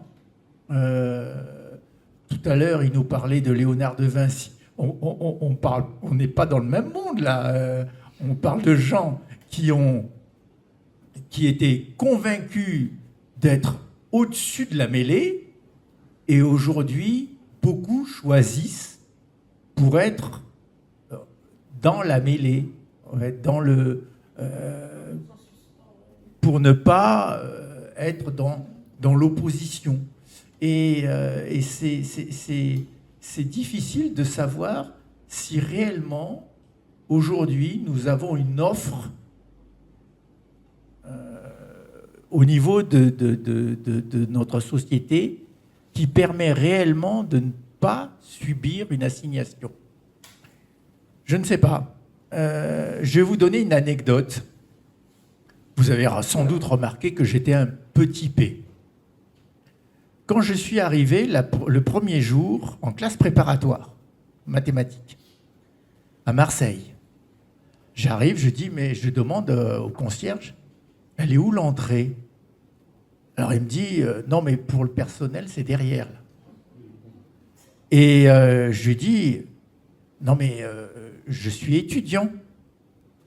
Il me regarde et me dit, mais vous avez le bac?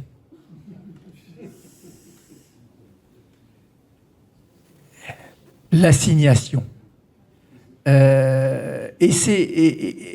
Alors, j'ai pris ça avec un certain humour. Bon. Et une certaine revanche, peut-être. Mais c'était une réalité. Et finalement, j'ai eu mon bac. Et je suis rentré en classe préparatoire. Mais, quelque part, comment est-ce que... J'ai toujours peur, quand j'enseigne, d'assigner involontairement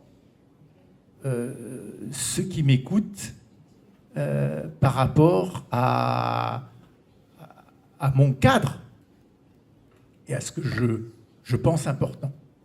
Et Françoise, tu es cuite parce que maintenant je sais que tu fais de la musique et des mathématiques et que pour le prochain café sciences et philo, franchement, il a cafeté. Et maintenant, je sais qu'on va pouvoir te recruter pour le prochain et tu n'y couperas pas. Pas tout à fait le prochain quand même. Un prochain. Alors, juste une remarque. En fait, donc, moi aussi, je suis passée par une filière C. Et à l'époque, quand on était bon en maths, il valait mieux faire effectivement une filière scientifique. Ceci étant, moi, je me suis persuadée qu'effectivement, c'était la bonne voie, même si j'ai toujours aimé les disciplines littéraires, tout simplement parce que, comme Mireille, je venais d'un milieu extrêmement modeste. Et en fait, je m'étais auto-convaincue que je n'avais pas le background, le bagage suffisant en littérature pour affronter correctement une filière littéraire, même si je me débrouillais très bien en lettres. Et en fait, j'étais convaincue que dans les filières scientifiques, on n'avait pas besoin de ce bagage et que finalement, le raisonnement suffisait à lui-même pour réussir, alors que j'étais convaincue que pour réussir dans une filière littéraire, j'avais besoin de ce bagage que je pensais ne pas avoir.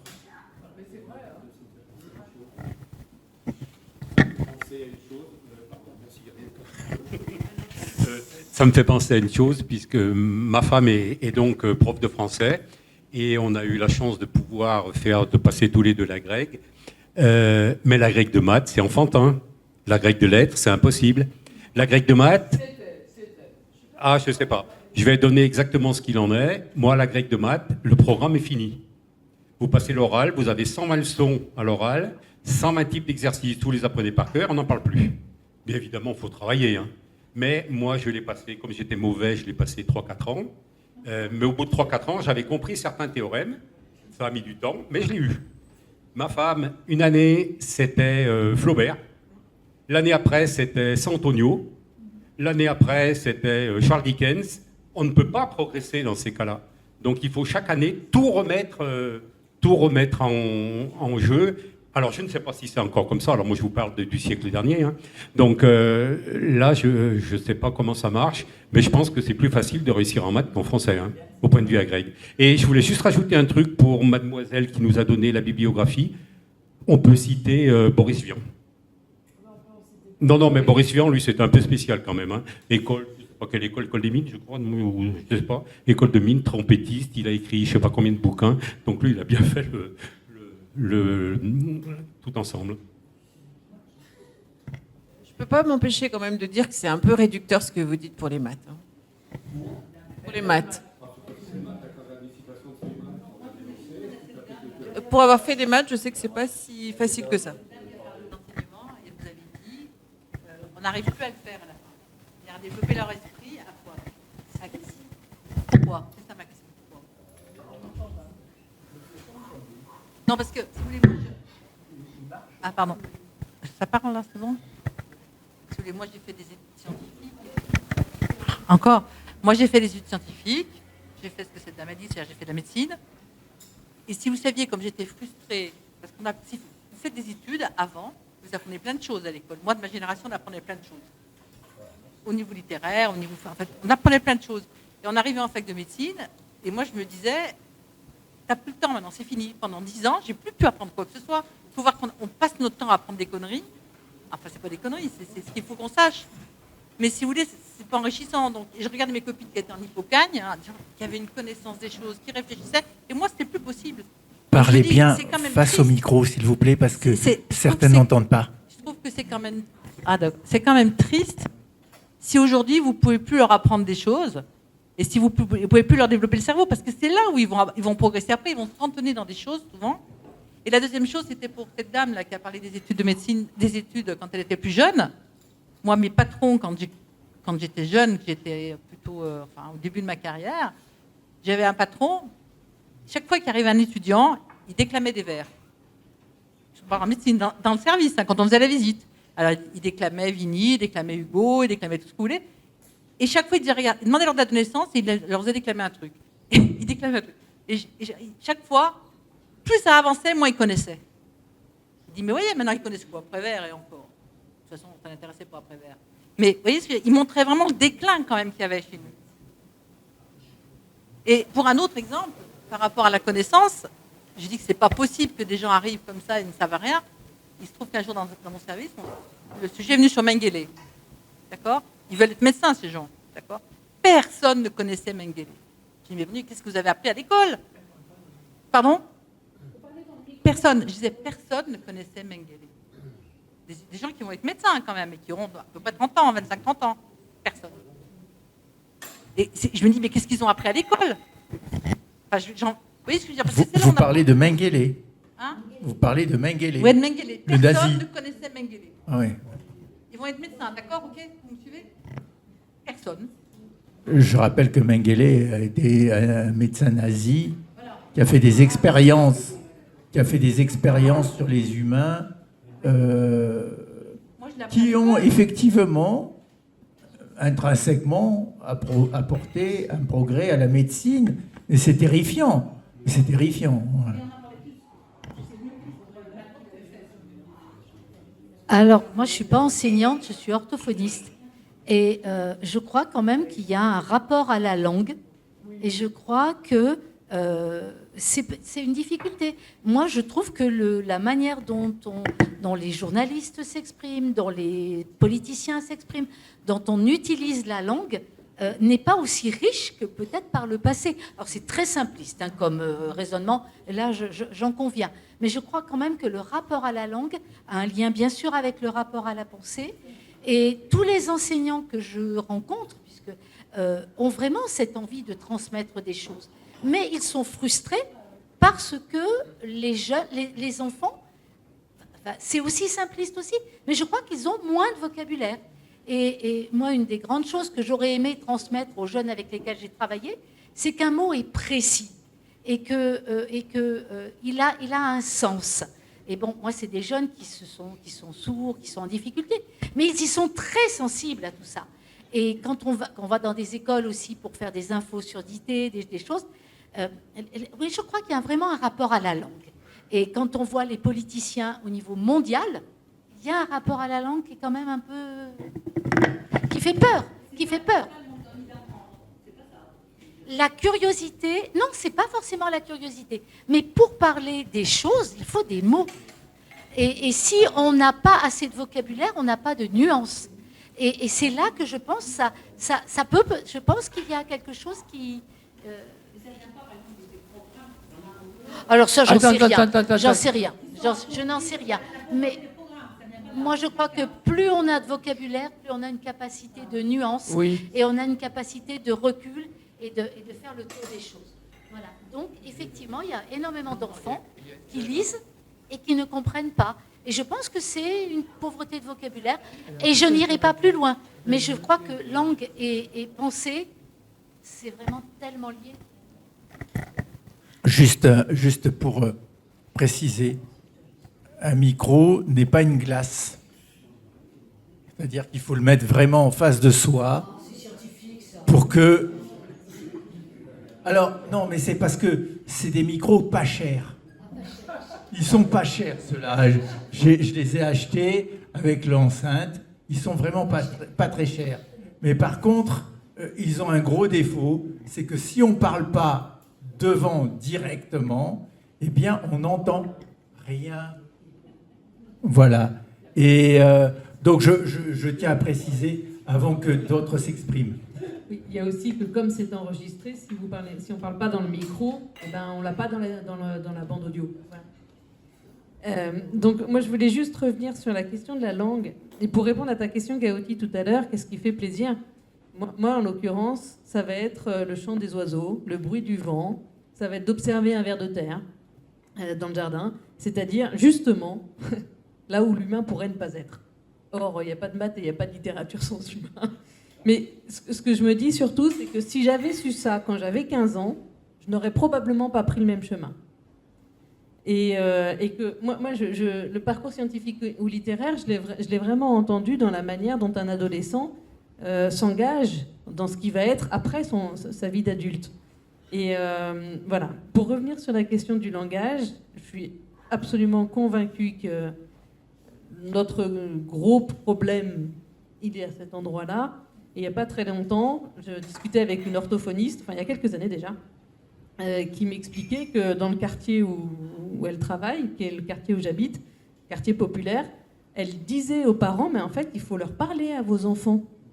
C'est-à-dire qu'il n'y avait que la télé qui parlait aux enfants. Et les enfants arrivaient à l'école maternelle, on ne s'était jamais adressé à eux. Et après, on s'étonne qu'il y ait des troubles neurodéveloppementaux. Mais il y a quand même un premier point qui est comment... Mais si, parce que le cerveau ne peut pas se développer si on ne parle pas à un enfant. Donc... Ça gêne le développement, effectivement. Si, ça crée... Bon, bref. Donc, juste pour dire qu'effectivement, ce sont des choix de société. Comment on parle à un enfant, est-ce qu'on lui parle ou pas déjà ? Est-ce qu'il est là pour obéir ou est-ce qu'il a quelque chose à dire ? Ça, c'est une discussion que j'avais avec des éducateurs, pas plus tard que ce matin, dans une institution. Un éducateur qui me dit, en fait, moi je croyais qu'un enfant il était là pour obéir, et puis je me rends compte que non. Mais oui, parce qu'il y a plein de gens qui pensent ça. Voilà, donc juste pour dire que sur la question des choix de parcours, ça s'inclut dans comment on vit dans le monde. Et que voilà. Simplement pour rebondir sur ce que tu viens de dire, mon métier c'était animatrice culturelle en salle d'attente PMI. salle d'attente de PMI. Donc là, c'est protection maternelle et infantile. Donc le médecin et la puéricultrice recevaient des familles avec des enfants de 0 à 6 ans, je crois, c'est ça, 6 ans. Hein. Donc mon travail, c'était uniquement de parler aux enfants, aux bébés, aux enfants. Et les parents, mais vous lui parlez? Ben oui, c'était ça, uniquement. Et leur lire des histoires. Voilà ce que j'ai fait pendant 20 ans. Je voulais juste ajouter que le problème de l'orientation, c'est qu'en fait, on est amené à se prononcer à un moment de notre vie où on n'a pas suffisamment d'expérience et pas un regard qui reste encore à construire, en fait.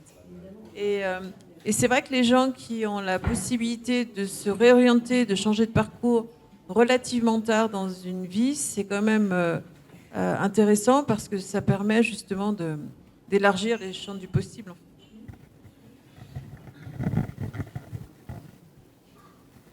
Alors, il y a une limite à tout parce que, effectivement, c'est ce qu'on a eu tendance à faire, c'est repousser de plus en plus l'orientation. Ça a eu aussi des travers. C'est très compliqué. Là, on revient sur le sujet fondamental, c'est on demande à des parents, on demande à la société. Alors, qui fait l'assignation? En gros, c'est ça un petit peu la question qu'on voulait traiter ce soir. C'est qui produit l'assignation? Les parents qui ne parlent pas à leurs enfants. Moi, j'ai entendu souvent, c'est ce qu'on t'apprend à l'école. C'est comme ça qu'on t'élève. J'ai dit, mais entendre des parents dire, c'est comme ça c'est ce qu'on t'a dit à l'école, c'est comme ça qu'on t'apprend, on t'élève. J'avais envie de dire aux parents, enfin, j'étais gamin, mais c'est peut-être pas à vous de le faire, ce genre de boulot, parce que est-ce que c'est à l'école ou est-ce que c'est aux parents? Mais le problème, c'est que pour que les parents puissent le faire, faut-il encore qu'ils aient l'envie ou la compréhension du système. Et donc, on est dans on tourne en rond. Et je ne sais pas comment faire pour créer... je ne crois plus en la société idéale. Non, c'est fini, Jacques. Ça y est, j'y crois plus. J'ai mis un moment, mais je ne crois plus en la société idéale où certains arrivent à dire « ouais, il faut faire comme ci ou il faut faire comme ça ». Parce que dès l'instant où certains s'autorisent à penser qu'il faut faire comme ci ou il faut faire comme ça, moi, je vais me dire « est-ce qu'il ne m'assigne pas ?» Donc, je vais faire de la résistance. Paradoxalement, malgré tout, je crois que j'ai un caractère assez français.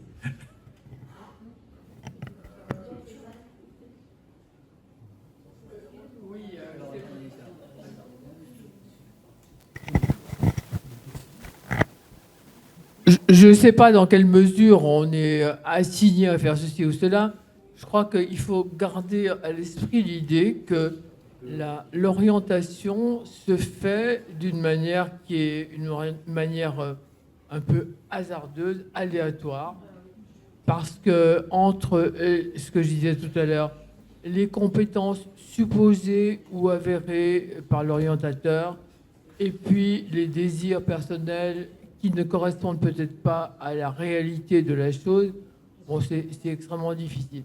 En tout cas, c'est qu'il faut comprendre ce que personnellement j'ai trouvé, je ne dis pas comprendre, mais trouver, c'est que quel que soit le choix que l'on ait compris, c'est qu'il faut y trouver son compte.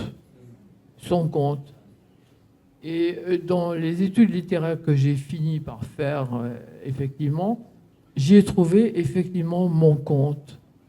Et je ne regrette pas je crois que le regret est une chose imbécile, mais je ne regrette pas, en tout cas pour ce qui me concerne, d'avoir fait des études littéraires parce que j'ai rencontré des gens extraordinaires, et pas seulement mes professeurs, mais aussi des auteurs que j'ai beaucoup aimés. On parlait de Blaise Pascal tout à l'heure, extraordinaire, mais c'est vrai que ce sont des gens, comme je disais, des révélateurs. Tout d'un coup, trouver que, même si on le sent au fond de soi-même, que nous ne sommes que des espèces de petits trucs au milieu de l'infiniment grand et l'infiniment petit, comme disait Pascal, ou avoir cette espèce de haine, comme Louis-Ferdinand Céline, à l'égard de la famille et de l'autorité du père, etc. C'est quelque chose que l'on peut ressentir au fond de soi-même, que l'on approuve ou pas, c'est pas le problème, mais que tout d'un coup, on découvre comme quelque chose qui est fraternel. Voilà.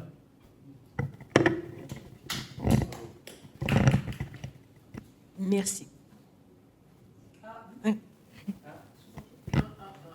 Voilà. Donc déjà pour vous répondre, monsieur, je pense que les littéraires font de la fiction et les mathématiciens font des postulats. Et que les deux essayent de justifier justement dans leur argumentaire leur choix de départ et éventuellement le choix d'arrivée. Première chose. Deuxièmement, pour madame l'orthophoniste, je suis tout à fait d'accord avec vous. J'ai lu, je n'ai pas retenu le nom de l'article, mais il y avait un article qui disait qu'au temps des Lumières, il y avait un vocabulaire avec un nombre de mots important et qu'à partir du Second Empire, on a commencé à élaguer un peu la langue française, complètement. Non, mais moi non plus. et que ça conclut à appauvrir la langue française. Et je suis d'accord avec vous, plus ça va, moins on maîtrise son vocabulaire et du coup, on sait beaucoup moins rendre la finesse de nos pensées. Et je me souviens, il n'y a pas très longtemps, un jour, on était entre collègues, pause déjeuner, et puis il y en a un qui nous sort un nom accouché de avec un billet de logement, comme on dit. Personne ne le connaissait. Alors, bien sûr, comme je passais pour l'intellectuel de la maison, alors, et toi, qu'est-ce que t'en penses? Alors, j'en dis, écoute, moi, j'ai pas le dictionnaire sous la main, Larousse, ça serait bien. Mais je réfléchis et je me dis, bon, où est son radical? Je dis déjà, avec le radical, je verrai, est-ce qu'il y a un suffixe, est-ce qu'il y a un préfixe? Et finalement, avec le radical, je dis, écoute, là, à la louche à soupe, hein, pas à la louche à crêpe, mais à la louche à soupe, ça doit à peu près englober tel domaine. Donc, ils me regardent tous en se foutant de ma gueule. La pause se termine. Il y en a un qui, tout d'un coup, passe devant un bureau où il aperçoit un dictionnaire qui dort sur un bureau. Il attrape le dico. Il sait encore se servir d'un dico. Lui, au moins, il n'a pas été voir sur Internet. Il n'a pas été voir, sur Internet. Et finalement, je n'étais pas très loin du truc. Mais comme je n'avais pas donné j'avais juste dit ce que j'en pensais, mais je ne leur avais pas donné mon raisonnement. Et il y en a un qui se retourne et qui me dit, eh ben dis donc, alors ils avaient tous bac plus 3, 5, hein. Moi je suis juste bachelière, hein. Râlez pas crête. Enfin, bon, c'est pas pour me diminuer, mais je veux dire, j'avais vraiment... Et il y en a un qui se retourne et qui me dit, mais dis donc Marguerite, comment est-ce que tu as fait ça? Ben, je lui explique, radical, j'ai cherché s'il y avait un suffixe, un préfixe, et puis voilà. Et les autres, il y en a un qui me dit, c'est quoi le radical? J'ai dit, d'accord. Et il y en a un qui m'a dit, moi je sais. Et alors je lui dis, mais il était encore, lui c'était le plus jeune de la clique. Je lui dis, comment tu sais cela toi? Il m'a dit, parce que moi j'ai fait le français langues étrangères, FLE. Ah, j'ai dit d'accord. Et pour le geste, pour la précision du vocabulaire, alors ça c'est du vécu. J'étais donc chez mes parents, j'avais une quinzaine d'années, non j'avais 17 ans. Et nos parents élevaient des lapins. Des lapins, ça mange des acacias. Et on avait un champ d'acacias au-dessus de la maison qui était communal, donc le maire nous autorisait à prélever. Mon père se dit, là, vous embêtez là, allez donc me ramasser 3 mucis de feuilles. Écoutez bien, 3 mucis de feuilles d'acacia. Nous sommes 3. Je suis l'aîné et j'ai un frère, une sœur et un frère derrière. Nous y allons tous les 3. En 1h30, ils avaient rempli le mucis. Moi, 2 heures après, toujours pas.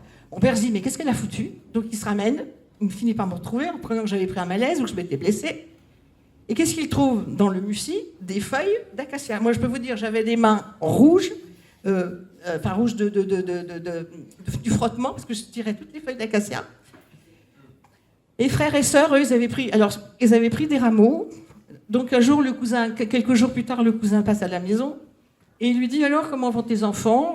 Bon, ça va. Et il lui dit, la grande, la grande, c'était moi. Et il lui dit, oh, ouais, celle-là, n'en parle pas. Alors il lui dit, il se dit, mais qu'est-ce qu'elle a fait? Je ne passais pas pour une rebelle et tout ça. Et il lui explique que justement, moi, j'avais pris des feuilles d'acacia, je les avais pris une par une, alors que mes frères et sœurs, s'ils avaient pu, ils auraient carrément amené l'acacia directement au clapier. Et là, je me suis dit, bah oui, parce qu'un mot, c'est un mot, une feuille d'acacia, c'est une feuille d'acacia, un rameau, c'est un rameau, une branche, c'est une branche, et un arbre, c'est un arbre. Voilà. Peut-être une dernière question. Non, pas une dernière. Pardon, il y a quand même une grosse différence dans les parcours. C'est qu'un parcours scientifique va amener souvent à un métier scientifique. Un parcours littéraire ne va pas forcément amener à devenir un écrivain.